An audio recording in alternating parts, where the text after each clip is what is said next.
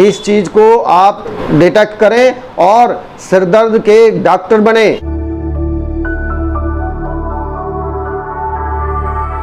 दोस्तों नमस्कार, आज हम सिर दर्द पे बात करेंगे।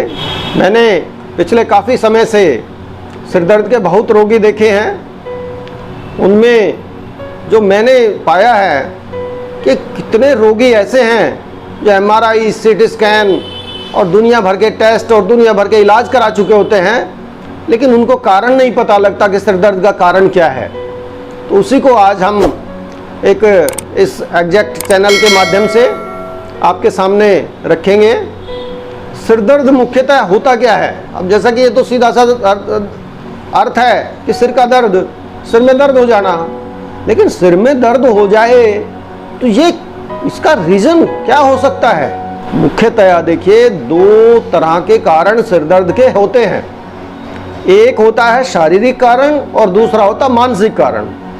शारीरिक कारण में क्या होता है कि उसमें हमारी कब्ज जो है वो इसमें मुख्य रोल अदा करती है सिर के दर्द को पैदा करने में।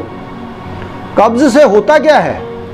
कब्ज से जो दूषित चीज़ें हमारे शरीर से समय पर बाहर चली जानी चाहिए वो ब्लड में अब्जॉर्ब हो जाती हैं, और जब वो ब्लड में अब्जॉर्ब होकर ब्रेन बैरियर को क्रॉस करके और ब्रेन में जाती है, मस्तिष्क में जाती हैं, तो ब्रेन में रक्त का जो बहाव है, रक्त का जो प्रेशर है, ब्लड प्रेशर है, वो बढ़ जाता है।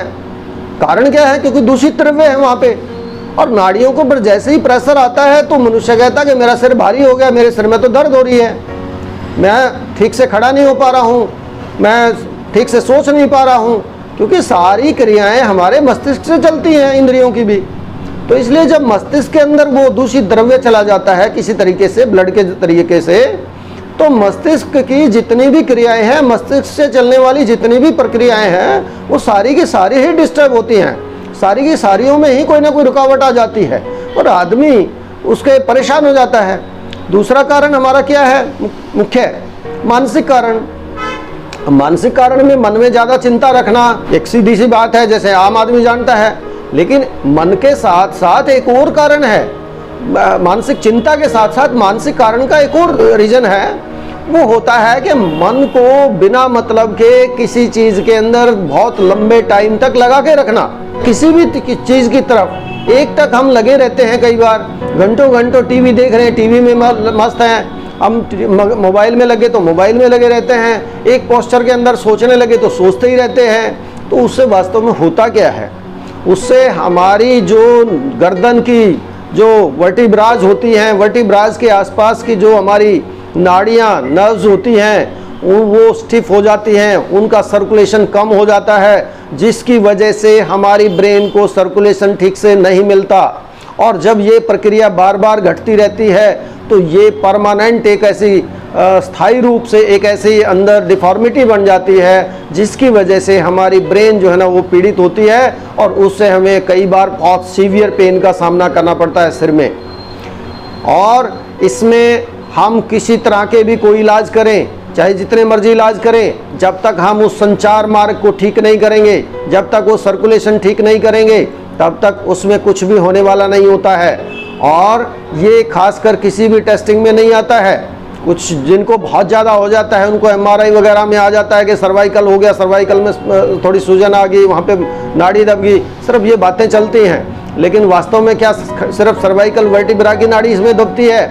ऐसा भी नहीं है। इसमें हमारी जो गर्दन को बनाने वाली, जो पीछे से जो गर्दन को चलाने वाली, मूव कराने वाली जो हमारी मसल्स होती हैं, उनके अंदर भी सर्कुलेशन कम हो जाता है, जिसकी वजह से उनका जो मूवमेंट है वो कम हो जाता है। और जब उनके अंदर से सर्कुलेशन कम हो जाता है तो हमारा जो सिर है, सिर ठीक से मूव नहीं कर पाता, और जब वो मूव प्रॉपर नहीं कर पाता है तो उसके अंदर की जो फंक्शनिंग है वो डिस्टर्ब हो जाती है, जिसकी वजह से भयंकर सिर दर्द होता है।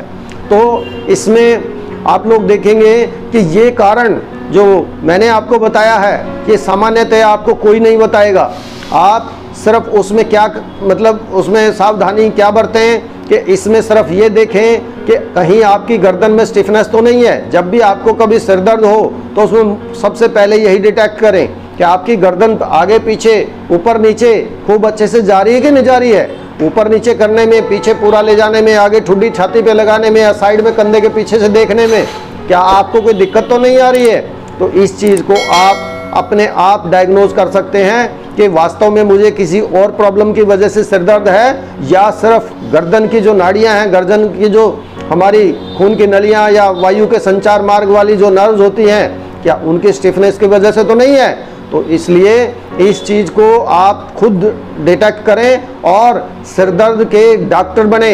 सिर दर्द में बड़े बड़े अस्पतालों में लोग कह देते हैं कि तेरी तो क्लॉट बन गया, तेरी तो नस रुक गई है, उसका ऑपरेशन करना पड़ेगा, स्टंट डालना पड़ेगा, इस तरह की बातें होती हैं। पीछे सर्वाइकल वर्टिब्राज के अंदर ऑपरेशन करके आर्टिफिशियल वर्टिब्राज डाल दी जाती हैं, जीवन भर आदमी उसको लेके घूमता रहता है। लेकिन ये कोई बहुत बड़ा असाध्य रोग नहीं है, इसमें अगर थोड़ा सा हम ध्यान रखेंगे तो ये बिल्कुल ठीक होने वाला रोग है। लेकिन आज क्योंकि इसमें सिर्फ मैंने कारण का वादा आपसे किया था कि मैं सिर्फ सिरदर्द के कुछ मुख्य कारण बताऊंगा, तो इसलिए इलाज आगे वाली किसी वीडियो में बताएंगे। इस वीडियो को ध्यान से देखें और अपने सिरदर्द का कारण खुद डिटेक्ट करें और उसके अनुसार उसके इलाज के लिए कार्रवाई करें। धन्यवाद।